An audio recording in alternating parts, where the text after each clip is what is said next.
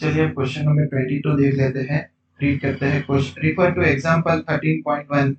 13.1 में कहा गया था कि दो जो है two dice are thrown simultaneously. तो इस केस में हमने total possible total possible events हमने निकाले थे।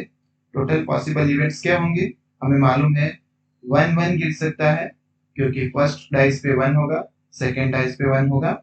और सिमिलरली 1 2 हो सकता है, 1 3 हो सकता है, अप टू क्या होगा 1 6 हो जाएगा।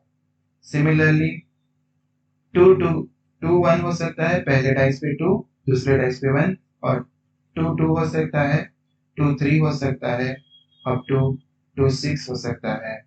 सिमिलरली इसको हमने एक्सटेंड किया था, 6 1 हो सकता है, 6 2 हो सकता है, 6 3 हो सकता है आउटकम, और जो है 6 6 हो सकता है। तो टोटल 36 आउटकम्स थे हमारे पास। टोटल कितने आउटकम्स थे इस केस में? टोटल 36 आउटकम्स थे हमारे पास। तो ये एक स्टूडेंट जो है, a student argues that there are 11 possible outcomes of the sum जो है, सम ऑफ टू डाइस पे कौन कौन से सम पॉसिबल है?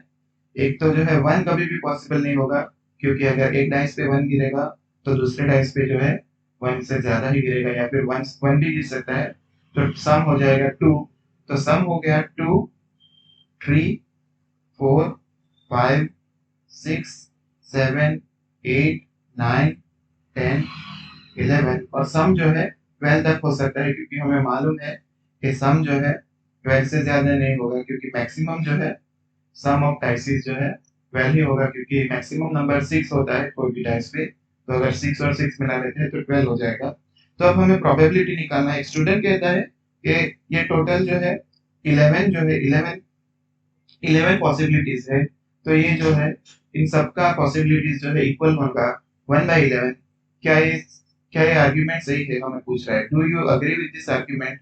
तो चलिए पहले फाइंड करते हैं इन सबका प्रोबेबिलिटी फाइंड करते हैं। अगर सम 2 है, सम इज 2, तो सम अगर 2 है तो इस केस में कौन सा इवेंट आएंगे? इस केस में इवेंट एक ही पॉसिबल है, 1,1। इस केस में कौन सा इवेंट पॉसिबल है? सिर्फ 1,1।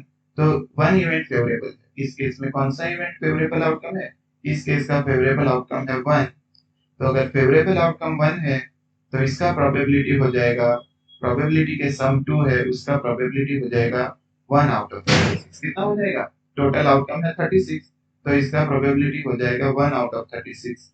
सिमिलरली आप 3 के लिए फाइंड करते हैं। चलिए सम अगर 3 है, सम अगर 3 है तो 3 के लिए गिरने के लिए कौन कौन से पॉसिबल है? एक तो कौन कौन से पॉसिबल इवेंट है? एक तो है 2 1 और 1 2। ये दो ही इवेंट पॉसिबल है जिसपे सम 3 होगा। तो इस केस में फेवरेबल आउटकम हो जाएगा 2। 2 फेवरेबल आउटकम हो जाएगा। तो सम ऑफ 3 होने के लिए फेवरेबल आउटकम है 2, तो प्रोबेबिलिटी हो जाएगा 2/36। इसका प्रोबेबिलिटी क्या हो जाएगा? 2/36। सिमिलरली 4 गिरने के लिए, सिमिलरली 4 गिरने के लिए सम जो है, सम इज 4, तो उसके लिए फेवरेबल आउटकम कितने होंगे? फेवरेबल आउटकम हो जाएंगे, एक तो जो है 1 गिरेगा अगर फर्स्ट डाइस पे, तो दूसरे डाइस पे 3 गिरना चाहिए। 2 गिरेगा तो 2, और अगर 3 गिरेगा तो 1। तो इस केस में जो है, इस केस में इस केस में क्या हो जाएगा?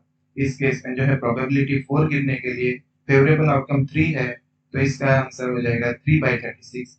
सिमिलरली आप सम इज 5 निकालेंगे तो उसका आंसर आ जाएगा, अगर फेवरेबल आउटकम निकालना है तो फेवरेबल आउटकम कौन कौन से होंगे इस केस में? अगर 1 गिरता है तो 4 गिरना चाहिए दूसरी डाइस पे, 2 गिरता है तो 3, 3 गिरता है तो 2, और अगर 4 गिरता है तो 1। ये चार पॉसिबिलिटीज है, तो प्रोबेबिलिटी ऑफ 5 हो जाएगा 4 आउट ऑफ 36। सिमिलरली आप जो है थोड़ा लॉजिक लगाएंगे तो आपको आंसर इसमें आपको आंसर मिल जाएगा। इसका प्रोबेबिलिटी हो गया 1 आउट ऑफ 36, इसका हो गया 2 आउट ऑफ 36, 4 के लिए आ गया 3 आउट ऑफ 36, 5 के लिए आ गया 4 आउट ऑफ 36। अब 6 के लिए आ जाएगा। 6 के लिए क्या आएगा?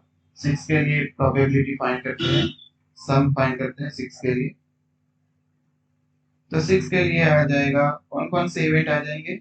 अगर सम इज 6 होता है तो इवेंट आ जाएंगे, फेवरेबल आउटकम आ जाएंगे इस केस में। 1 के लिए 5, क्योंकि 1 गिरेगा तो सम बनाने के लिए 6 बनाने के लिए 5 गिनना चाहिए। 2 के लिए 4 और 3 के लिए 3 होगा, 4 के लिए 2 होगा और 5 के लिए 1 होगा। मतलब टोटल 5 प्रोबेबिलिटी है, तो प्रोबेबिलिटी ऑफ 6 गिरने की प्रोबेबिलिटी आ गया हमारे पास 5/36। कितना आ गया हमारे पास 5/36। तो इसका आंसर आ जाएगा 5/36। और अगर सम है 7, 7 के लिए हम देखेंगे तो आएगा 1, 1 गिरता है तो 6 गिरना चाहिए, 2 गिरता है तो 5 गिरना चाहिए, 3 गिरता है तो 4 गिरना चाहिए, 4 गिरता है तो 3, और अगर 5 गिरता है तो फिर से 2 गिरना चाहिए, और अगर 6 गिरता है तो 1 गिरना चाहिए। तो टोटल 6 हो गए, तो प्रोबेबिलिटी हो जाएगा इसका 7 का प्रोबेबिलिटी हो जाएगा 7 का हो जाएगा 6/36। तो मतलब जो है यहाँ तक बढ़ रहा है। अब हम देखेंगे सम इज 8 होता है तब हम कितना मिलता है आउटकम्स। तो कौन कौन से आउटकम होंगे सम इज 8 के लिए। अगर 1 गिरता है तो हमें 7 चाहिए, तो 1 वाला पॉसिबल नहीं होगा क्योंकि 7 जो है डाइस पे नहीं होगा, तो यहाँ पे 2 से स्टार्ट होगा। 2 के लिए हमें मिलेगा 6, 3 के लिए 5, 5 के लिए मिलेगा 3, 4 के लिए मिलेगा 4 और 6 के लिए फिर से हमें मिलेगा 2। तो सम इज 8 का प्रोबेबिलिटी जो है फिर से अब 6/36 था 7 का, तो इसका हो गया सम इज 8 का प्रोबेबिलिटी हो गया, सम इज 8 का प्रोबेबिलिटी हो गया 5/36, क्योंकि 5 ही फेवरेबल आउटकम है। कितना फेवरेबल आउटकम है 5। अगर हम सम इज 9 करेंगे, अगर हम सम इज 9 करेंगे, एक और पेज ले लेते हैं चलिए। अगर हम सम इज 9 करेंगे तो सम 9 कब होगा, जब प्रोबेबिलिटी हो जाएगा 1। 1 तो है, कभी भी 1 जो है 1 के लिए 8 चाहिए तो 1 नहीं आएगा, 2 के लिए 7 चाहिए वो भी नहीं आएगा क्योंकि मैक्सिमम 6 ही पॉसिबल है, तो 3 से स्टार्ट होगा यहाँ पे। 3 के लिए 6 होगा और 4 के लिए 5, 5 के लिए 4 और 6 के लिए 3। इतने ही पॉसिबल इवेंट्स है इसके लिए। तो इसका प्रोबेबिलिटी हो गया 4/36। तो आप अगर देखेंगे तो धीरे धीरे पहले 6 तक बढ़ा है और फिर धीरे धीरे अब ये घट रहा है, 4 तक आ गया। तो अगर हम लॉजिक लगाएंगे तो हमें मालूम पड़ जाएगा कि 6 के लिए आएगा 5/36, 7 के लिए आएगा 6/36, फिर जो है 8 के लिए गिर जा रहा है तो ये आ जाएगा 5/36, ये आ गया 4/36। तो आप 10 और 11 और 12 के लिए आप खुद ट्राई कर सकते हैं। ये आएगा 3/36, ये आएगा 2/36 और 12 हमें मालूम है सिर्फ एक ही पॉसिबल इवेंट है जिसमें 12 आएगा सम, तो वो है 6। तो इसके लिए इसका प्रोबेबिलिटी हो जाएगा 1/36। तो आप देख सकते हैं ये है प्रोबेबिलिटी डिस्ट्रीब्यूशन। और जो आर्ग्यूमेंट किया था उस स्टूडेंट ने कि 1/11 आना चाहिए सबका प्रोबेबिलिटी, वो रॉन्ग है। Hence the argument given by the student is false और wrong. Hence the argument given by the student is wrong. इधर जो है आप सम ढूंढ लीजिएगा, सम इज 10, 11 और 12 के लिए आप जो है आप ढूंढ लीजिएगा, आप ट्राई कीजिए। तो इसके लिए आ जाएगा hence the argument bye given by the student, hence argument given by the student is wrong, argument given by student is wrong। अगर argument जो है wrong है because probability distribution